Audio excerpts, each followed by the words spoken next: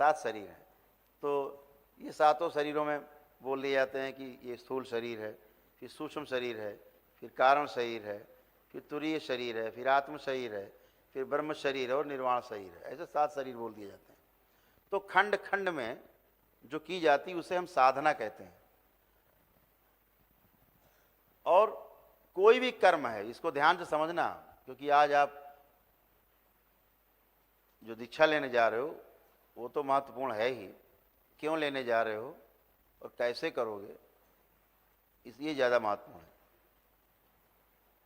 तो जितना भी कर्म है, आप कुछ भी करते हो कर्म है। मैं बोल रहा हूं ये कर्म है, आप सुन रहे हो यह भी एक कर्म है, आप भोजन कर रहे हो यह भी कर्म है, भोजन छोड़ दीजिए उपवास करिए यह भी कर्म है,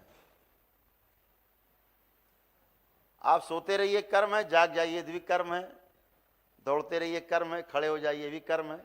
ये सारे कर्म हैं जो आप करते हैं और हर कर्म का भोग आपको भोगना है, ये तय है। क्यों भोगना है? क्योंकि कर्म आप कर रहे हैं, तो जो भी आप करेंगे उसका भोग निश्चित है। तो ऐसा क्या किया जाए कि हमारे द्वारा किए जाने वाले कर्म का भोग हमें ना भोगना पड़े? ऐसा क्या करें?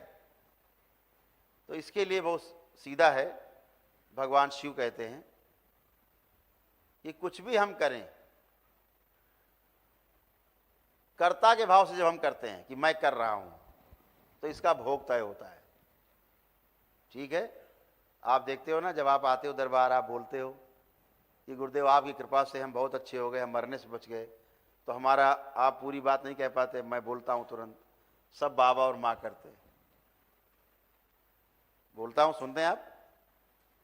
इससे क्या हुआ? हमने कुछ किया ही नहीं। जब हमने कुछ नहीं किया तो मेरा कोई भोग तय नहीं हुआ। ठीक।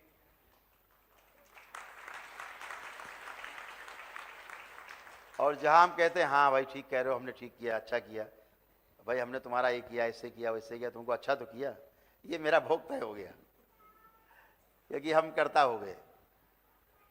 हमने मान लिया गहरे में कि हमने किया है, स्वीकार कर लिया मेरे मन ने, तो फिर हम कर्ता हो गए। जब कर्ता हो गए तो भोग तय है। इसीलिए भगवान श्री कृष्ण ने अपने पूरे दर्शन में, भगवान श्री कृष्ण ने कभी साधना नहीं की। कभी पढ़ा आपने? किसी ने पढ़ा कि भगवान श्री कृष्ण ने कोई साधना की कहीं जाके जंगल में बैठ के? नहीं की। उनकी साधना सबसे बड़ी क्या थी? अकर्म। उनकी साधना थी अकर्म। लेकिन अकर्म जो है साधना नहीं है, ये उपासना है। साधना वो है जो खंड खंड में होती है, उपासना संपूर्णता में होती है कि मैं तो हूं ही, अहम ब्रह्मास्मि, यहां तक। तो साधना खंड खंड में होती है, उपासना संपूर्णता में होती है। जैसे अभी हम कहें कि आपके साथ एक सज्जन आए थे, वहां उनका क्या नाम था, तो आप कहोगे अरे याद बहुत आप करो, खोपड़ी खुजलाओगे, इधर देखोगे उधर देखोगे, मत्था ठोकोगे, याद नहीं आ रहा, याद नहीं आ रहा, बहुत कष्ट। जितना कोशिश करो उतना भूलते जाओगे। ये भी अद्भुत है, जितना कोशिश करोगे उसका नाम याद करने की, उतना भूलते भी जाओगे। तो यहां दो क्रियाएं हो रही हैं। आपको यह भी याद है कि आपको याद है उसका नाम, और आप भूल भी गए हो। दो क्रियाएं एक साथ हो रही हैं, दो में झगड़ा चल रहा है। अद्भुत है। कहते हो जीभ में रखा है नाम, बस बाहर नहीं आ रहा है, यहां पे है बस बाहर नहीं निकल रहा है।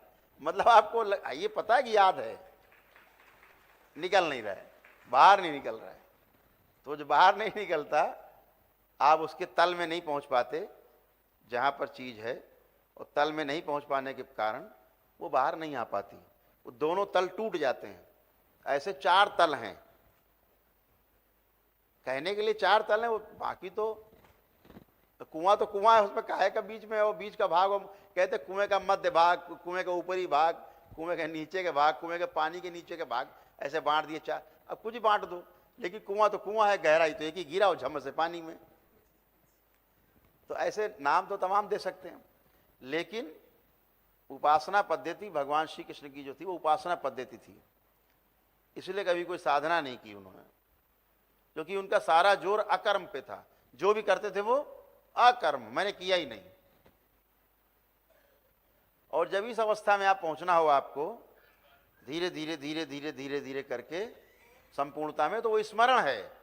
जैसे यहां बैठे आप जितने लोग हो, आपको जान के आश्चर्य होना चाहिए, होगा भी आश्चर्य भी, जितने लोग आप बैठे हो, जितने भी यहां और जितने पृथ्वी पर मौजूद हैं मानव, लगभग 750 करोड़ मानव है, स्त्री पुरुष बच्चों बुजुर्ग के रूप में, सभी परमात्मा है, सभी परमात्मा है।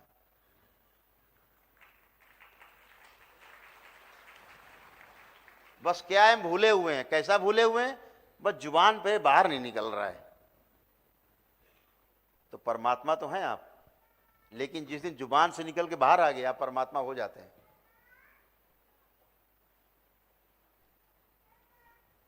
विस्मरण हो गया है केवल, विस्मरण, इसी को विस्मरण, विस्मरण, इसी जो शब्द है विस्मरण, विस्मरण शब्द का अर्थ यह है भूल गए ऐसा नहीं है, याद है लेकिन याद नहीं आ रहा है, विस्मरण का यह अर्थ है। समझ रहे हैं? विस्मरण शब्द का अर्थ है कि हमें याद तो है लेकिन याद नहीं आ रहा है। एक जो स्मरण आप करते हैं और पूरी तरह स्मृतिहीन हो जाते हैं तो वो हमेशा के लिए नष्ट हो जाती है, वो अलग बात है, बिल्कुल खत्म हो जाती है। लेकिन ये विस्मरण है। तो ऐसे ही हम भूल गए हैं कि हम परमात्मा हैं। अकर्म करते करते एक दिन आपको इस चीज का जब जानकारी हो जाती है कि तल से जुड़ जाते हैं, गहरे वाले तल में नीचे, ऊपर का तल सबसे नीचे वाले तल में जुड़ जाता है जब, तो उसको पूरा दिख जाता है। तो ये नहीं कहता है कि हम इस सृष्टि का अंश हैं, वो कहता है मैं ही सृष्टि हूं। फिर वो कहता है कि अहम ब्रह्मास्मि, मैं टोटल हूं, टोटल का अंश नहीं हूं, पूरा हूं मैं। तो वो स्मरण आ जाता है आपको। जैसे स्मरण आया तो वो सारी जितनी शक्तियां हैं ब्रह्मांड की वो आपके पीछे लग लेंगी, सब आपके साथ चलेंगी, क्योंकि आपको स्मरण हो गया है। आपका ऊपर का तल नीचे के तल दोनों जुड़ गए हैं, पूरी यात्रा चल रही है ऊपर से नीचे। अभी आपकी यात्रा खंड खंड में है, एक शरीर, एक चक्र, दूसरा चक्र, तीसरा चक्र, ऐसे चलेंगे आप। लेकिन जिस दिन आप मूलाधार से लेकर सहस्रार तक आप जुड़ जाते हैं, क्षमा करिएगा, मूलाधार से लेकर आज्ञा चक्र तक आप जुड़ जाते हैं, उस दिन आपको पता लगता है कि आप परमात्मा हो, क्योंकि आपको सारा स्मरण हो जाता है, सारा कुछ सब याद आ जाता है। और याद आते ही सारी शक्तियां सक्रिय हो जाती हैं, क्योंकि सब कुछ आपके स्मरण से जुड़ा हुआ है। क्योंकि आप भूले हैं इसलिए आपको पता नहीं। आपको याद होगा एक जिक्र है रामायण में कि भगवान श्री राम जब जाना चाह रहे थे, किसी दूत को भेजना चाह रहे थे लंका, कैसे जाए, कोई पुल नहीं, कोई जहाज नहीं। तो हनुमान जी को तैयार किया गया, उनके जो जामवंत जी थे और सब लोगों ने, नलनील सब लोगों ने, उनको याद था कि ये उड़ सकते हैं, हनुमान जी को याद नहीं था। उनसे कहा गया तुम जाओ लंका, बोले हम कैसे जाएंगे, बोले तुम उड़ सकते हो। तो वो भूले हुए थे, भूले थे, ये प्रकरण याद है आप लोगों को, तो उनको याद दिलाया जाता है अरे आप तो उड़ सकते हो भाई। अच्छा, तो जब उनके आखिरी तल से ऊपर का तल जुड़ा तो उनको शक्तियां प्रकट हो गई सारी। तो हनुमान जी लंका पहुंच गए उड़ के। बाकी लोग नहीं अपने तल को जोड़ पाए तो पुल बना के गए, अपने को नहीं जोड़ पाए, उड़ के नहीं जा पाए। तो ऐसे शक्तियां सभी में रहती हैं, सभी के आसपास रहती हैं। पात्र चाहिए। जब आप में पात्रता आती है तो शक्तियां स्वतः ही आपके द्वारा कार्य करती हैं। इस दरबार में आप देखते ही हैं बाबा और माँ की, भगवान भोलेनाथ और माता कामाख्या की शक्तियां, और उनके साथ जितनी भी ब्रह्मांड की जितनी बड़ी बड़ी शक्तियां हैं वो सब इस दरबार में सक्रिय रहती हैं। यहाँ हम अपने दरबार के साथियों के साथ जो इस हिंदुस्तान के बड़े बड़े दरबार हैं, हर 2-4 दिन में 6 दिन में उनकी शुद्धि सफाई करते रहते हैं, यहीं बैठ के, या वहाँ जाके करते हैं जब माँ आदेश देती है कि वहाँ तुम्हें जाना है और वहाँ ये स्थापना करनी, इनकी पुनर्स्थापना करनी है, इस माँ की या देवी की वापस, वो है नहीं स्थान पे, तो इसलिए हम जाते हैं।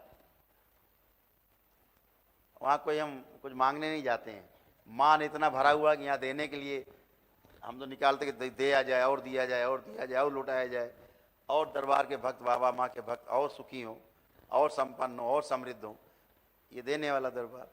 तो मांगने नहीं जाते, शुद्धि सफाई के लिए जाते हैं। वो लोग सोचते हैं ना गुरु जी कहाँ जाते हैं, लगता है कोई सिद्धि विद्धि करने जाते हैं क्या। हम कोई सिद्धि विद्धि करने नहीं जानते और ना हम कोई सिद्धि जानते हैं, ना हमें कोई तंत्र मंत्र पता है, ना हम कोई जादू टोना जानते हैं।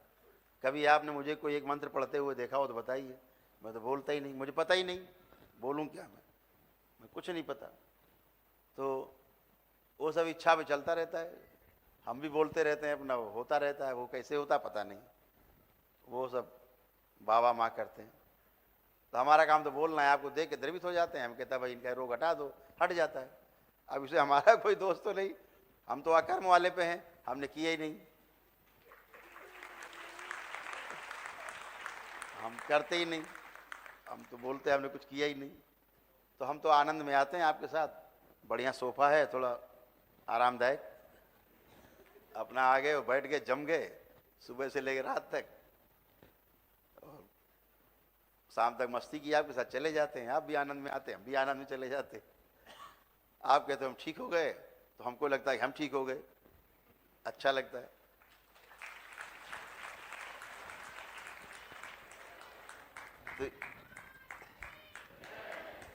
तो ये दरबार की आपकी शक्तियां हैं। तो जो आप दीक्षा लेने जा रहे हो, इसका जो सबसे बड़ा कार्य है, इसी जन्म का नहीं, आप अगले भी आपके जो जन्म हैं वो भी आपके अच्छे हों, और आप पूरी तरह से पवित्रता के साथ अगला जन्म आपका हो, जहाँ पर आप जो ये कष्ट भोग रहे हैं इस समय, ये कष्ट ना भोग करके और आप दूसरों के कष्ट भी दूर कर पाएँ, उस वाली अवस्था में जाने का प्रयास है। इस दीक्षा के बहुत सारे आपको फ़ायदे हैं, जो समयाभाव में बहुत ज़्यादा आप उससे चर्चा नहीं कर सकते, कभी करेंगे चर्चा, तो वो भी लाभदायक रहेगी, आपको समझ में आएगा।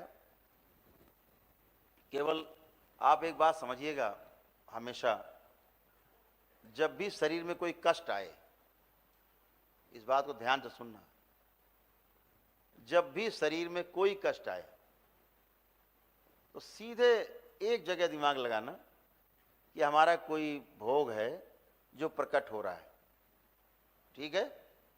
और जब आपकी ये मंत्र दीक्षा हो जाएगी और आप इसको सिद्ध कर लेंगे या नहीं सिद्ध कर पाएंगे, आप केवल उसकी कल्पना करके कि मेरा ये रोग, ये मेरा जो भोग या मेरी समस्या आ गई, खत्म हो जाए, और ये जाप आप करते रहेंगे, वो समस्या भी गायब हो जाएगी, एकदम से दिखेगी नहीं कहाँ गई। वो समस्या इसलिए गायब होगी क्योंकि वो भोग नष्ट होगा आपके जप से, जिसके कारण कष्ट आया है, समस्या आई है, तो भोग नष्ट हो जाएगा, तो समस्या अपने आप चली जाएगी। दरबार क्या करता है, आपके जो कर्म भोग हैं उनको निष्क्रिय कर देता है, तो आपके कष्ट चले जाते हैं। कष्ट आते हैं आपके भोगों को आप भोग पाओ, भोग करके आप शुद्ध हो जाओ, आपका अगला जन्म अच्छा हो, समझ रहे हैं, इसलिए आते हैं। जैसे बैंकों का कर्जा है, अदा कर लिया अच्छे से, तो अगली पीढ़ी को दिक्कत नहीं होती, न अगली पीढ़ी भरती है उसको बैंकों में।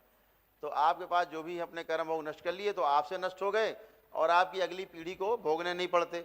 नहीं, डीएनए में एक होने के कारण पिछले चाहे 100 पीढ़ी के कोई पूर्वज, उसका कोई किया गया लेखा जोखा है, उसको आपको भोगना पड़ता है, चाहे वो गरीब की हाय हो, चाहे कोई श्राप हो, चाहे कोई दोष हो, चाहे किसी प्रकार का कोई अच्छा कार्य हो, तो उसका भी आपको मिलता है यश और भोग मिलता है।